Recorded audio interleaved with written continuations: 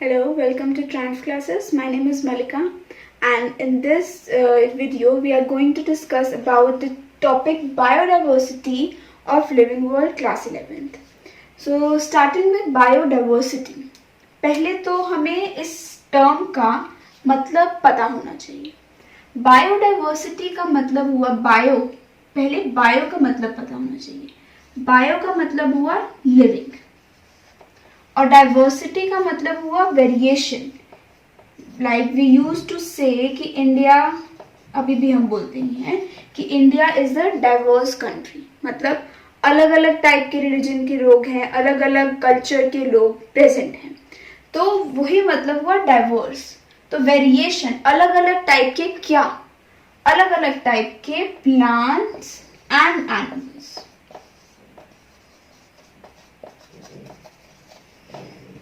तो बायोडाइवर्सिटी का मतलब जितने भी प्लांट्स और एनिमल्स की वैरायटी प्रेजेंट है. डाइवर्सिटी प्रेजेंट है कहाँ पे? अर्थ पे. ऑफ कोर्स अर्थ पे ही प्रेजेंट होगी. सो उस टर्म को, उस पूरे मतलब वेरिएशन को हम क्या बोलते हैं? Biodiversity. Approx 1.6 to 1.7 million species plants और एनिमल्स के डिस्कवर्ड हैं. येट बहुत सारे जो अभी भी प्लांट्स एंड एनिमल्स हैं बट डिस्कवर्ड नहीं है. So scientist are discovering that. अब ये टर्म थी biodiversity. Another term which we are going to discuss is nomenclature.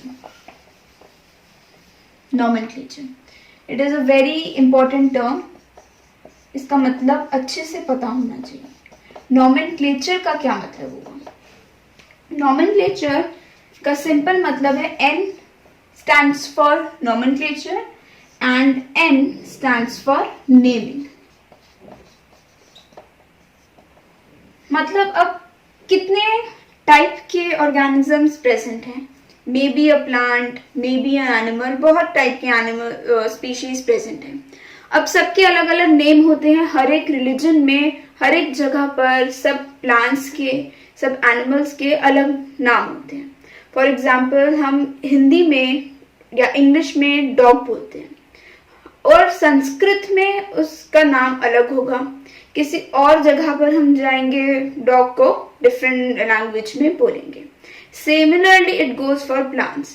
किसी भी स्पीशीज को हम लें, फॉर एग्जाम्पल पोटैटो, टमाटो, कुछ भी लें, इंडिया में उसका नाम अलग होगा, इंडिया के अलग अलग रीजन्स में भी उनका नाम अलग होगा. सो फॉर दैट अगर हम एक पर्टिकुलर ऑर्गेनिज्म की, पर्टिकुलर स्पीशीज की बात करेंगे तो बहुत डिफिकल्टी हो जाएगी कि हम आखिरकार किस स्पीशीज के बारे में बात कर रहे हैं. So for that purpose scientist ने एक ऐसा पर्टिकुलर हर एक ऑर्गेनिज्म के लिए नाम रखा कि अगर हम उस नाम को बोल रहे हैं, साइंटिस्ट ने रखा था वो नाम, तो वो हर जगह पर एप्लीकेबल होगा. अब वो साइंटिस्ट ने नाम रखा था तो उस नाम का क्या मतलब टर्म पड़ गई? Scientific name.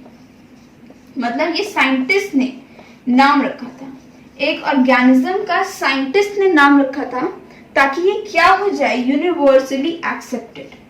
मतलब कहीं पर भी अगर इस पर्टिकुलर टर्म का नाम लेंगे तो वो हर जगह पर, इंडिया में या वर्ल्ड में कहीं पर भी अगर हम ये वाला साइंटिफिक नेम बोलेंगे किसी ऑर्गेनिज्म का, तो that would B universally accepted. अब फॉर एग्जाम्पल मैं एक एग्जाम्पल लेती हूँ मैंगो.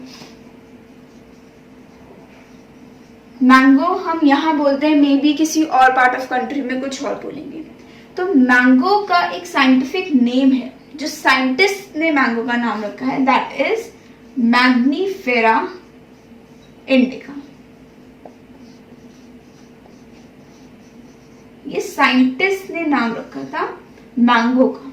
तो ये नेम जो है यूनिवर्सली एक्सेप्टेड है. हर एक ऑर्गेनिज्म का सिर्फ एक नाम होगा, यानी कि मैंगो है तो ऑरेंज का भी मैग्नीफेरा इंडिका होगा? नो. तो हर एक ऑर्गेनिज्म के लिए सिर्फ एक पर्टिकुलर साइंटिफिक नेम होगा और वो यूनिवर्सली एक्सेप्टेड होगा. तो इस पर्टिकुलर नेमिंग को, हर एक ऑर्गेनिज्म को नेमिंग को, उस टर्म को हम बोलते हैं नॉमेनक्लेचर. उस टर्म को बोलते हैं नॉमेनक्लेचर. अब एक और टर्म आती है बायनॉमियल नॉमेनक्लेचर. ये एक अलग टर्म है. नॉमेनक्लेचर एक अलग टर्म है और बायनॉमियल नॉमेनक्लेचर एक अलग टर्म है। अब बायनॉमियल नॉमेनक्लेचर का मतलब हुआ जो मैग्नीफेरा है, मैग्नीफेरा ये रिप्रेजेंट करती है, जो फर्स्ट टर्म है ये रिप्रेजेंट करती है जीनस। जीनस को हिंदी में बोल सकते हैं वंश, और इंडिका रिप्रेजेंट करती है स्पीशीज, या इसको हिंदी में बोल देंगे प्रजाति। तो हर किसी भी ऑर्गेनिज्म का, फॉर एग्जाम्पल ह्यूमन बींग्स है, ह्यूमन बींग्स का साइंटिफिक नेम है होमो सेपियंस। ये जीनस है और ये स्पीशीज है। तो हर एक साइंटिफिक नेम में एक जीनस प्रेजेंट होगा, एक स्पीशीज। इन पूरी टर्मिनोलॉजी को, इन स्टडी को हम बोलते हैं बायनॉमियल नॉमेनक्लेचर। बायनॉमियल, बाय का मतलब क्या हुआ? टू। तो हर एक टर्म में जीनस प्रेजेंट होगा और स्पीशीज प्रेजेंट होगा। इन दोनों के टर्मिनोलॉजी को हम बोलते हैं बायनॉमियल नॉमेनक्लेचर। अब एक और टर्म आती है, जैसे for example homo sapiens Lin.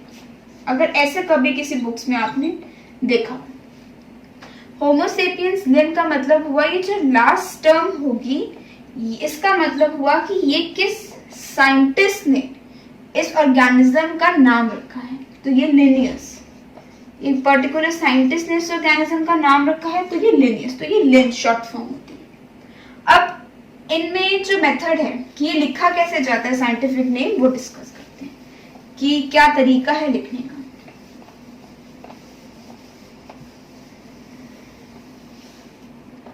First thing you need to keep in mind is that scientific name हमेशा इटालियन में लिखे जाएंगे और मे बी लैटिनाइज्ड फॉर्म। मतलब जैसे मैं मैग्नीफेरा इंडिका का ही एग्जांपल लेती हूँ, ये थोड़ा सा इटालियनिक फॉर्म में लिखा जाएगा। This is the first and foremost rule you need to have in mind. दूसरी चीज, जीनस और स्पीशीज अंडरलाइंड होंगे हमेशा, कहीं पर भी, even if you writing in computer और इन योर नोटबुक, हमेशा you what you need to do, underline genus and species. This is the second rule. और बीच में गैप होगा, ये नहीं अगर आपने ऐसे कर दिया दैट वुड बी रॉन्ग, तो ये बीच में गैप होना बहुत जरूरी है। Third rule which you need to keep in mind is M, genus का जो ये एम है दैट शुड बी कैपिटल, और स्पीशीज का जो फर्स्ट वर्ड होगा इट शुड बी स्मॉल। अगर आपने इसकी जगह पर इंडिका ऐसे लिख दिया दैट वुड बी रॉन्ग। तो स्पीशीज का जो पहला वर्ड होगा दैट शुड बी स्मॉल, और जीनस का जो फर्स्ट वर्ड होगा वो कैपिटल होगा, it should B underline and it should be in Italian form में। थोड़ा अगर नोटबुक में लिख रहे हो दैट इज नॉट नेसेसरी कि आपको इटालियन में लिखना है, कंप्यूटर पे लिख रहे हो तो you need to write it. और अगर मैं यहाँ पे साइंटिस्ट का नाम लिखूं जिन्होंने नाम दिया है लिन, वो ना ही इटालियन में होगा ना ही अंडरलाइन होगा, और पूरा नाम नहीं लिखा जाएगा, सिर्फ हाफ शॉर्ट फॉर्म लिखी जाएगी।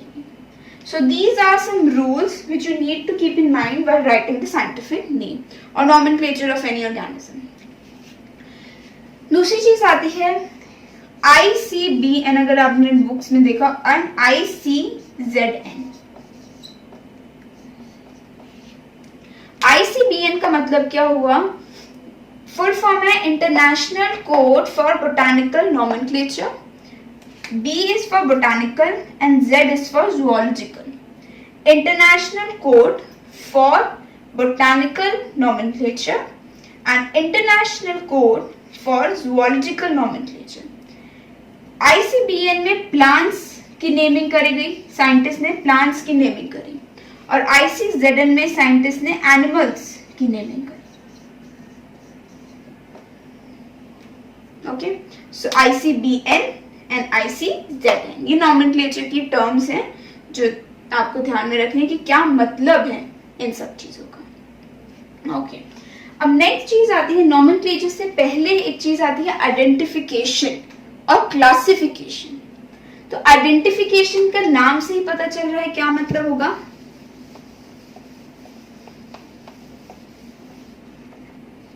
आइडेंटिफिकेशन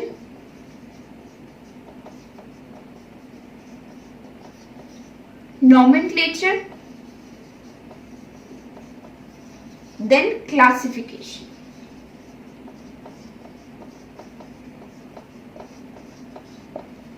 आइडेंटिफिकेशन पहले बहुत जरूरी है, उसको आइडेंटिफाई करना, देखकर बताना उसकी एक्सटर्नल मॉर्फोलॉजी को कि इसकी फिजिकल अपीयरेंस कैसी है। This is the first step. फिर नॉमेनक्लेचर, उसकी नेमिंग करना, देन क्लासिफिकेशन। चैप्टर क्लासिफिकेशन का मतलब क्या हुआ, हर एक ऑर्गेनिज्म को, जैसे डॉग्स के फीचर्स मैंने देखे कि भाई डॉग्स में ये फीचर्स प्रेजेंट है, 4 लेग्स हैं, दे यूज्ड टू बार्क, तो मैंने उनको अलग कैटेगरी में कर दिया। कैट्स को उनकी फीचर्स देखे, उनकी नेमिंग करी, उनको अलग कैटेगरी में कर दिया। तो हर एक ऑर्गेनिज्म को मैंने इन शॉर्ट क्या कर दिया, क्लासिफाई कर दिया।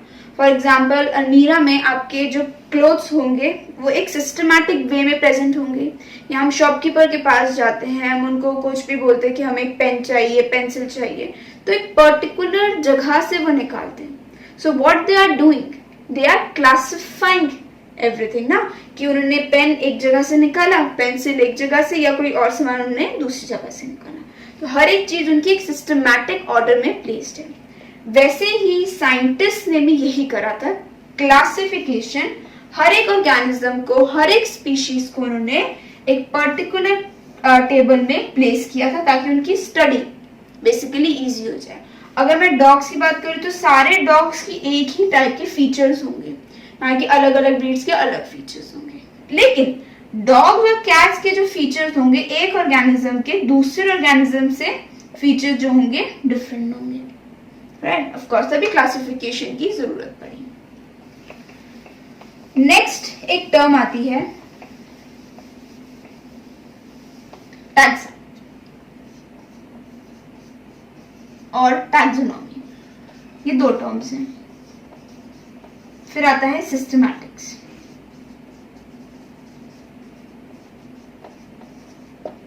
Taxa, taxonomy and systematics.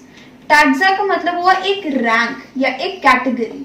आगे इसी यूनिट में टैक्सोनॉमिकल हायरार्की है, लाइक जैसे मैंने आपको बताया जीनस, स्पीशीज, ये सब क्या है, एक कैटेगरी प्रेजेंट है, एक रैंक में प्रेजेंट है। तो उस टर्म को हम बोलेंगे टैक्सा।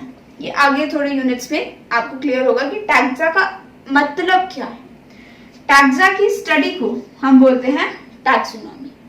अब सिस्टमैटिक्स क्या होता है, evolutionary relationship between two organism. For example human beings एक ऑर्गेनिज्म है और चिंपैंजी एक अलग ऑर्गेनिज्म है, तो उनके बीच में जो इवोल्यूशनरी रिलेशनशिप है कि कैसे इवॉल्व हुए, क्या क्या चेंजेस हुए, उसकी स्टडी को we term it as systematics. Basically इसका मतलब क्या हुआ, इवोल्यूशनरी चेंजेस या relationships, to be more precise, evolutionary relationship between two organisms, उनके बारे में सारी स्टडी करना। सो आई होप आपको इस यूनिट का जो जितने भी टॉपिक्स थे they are clear for you. Thank you.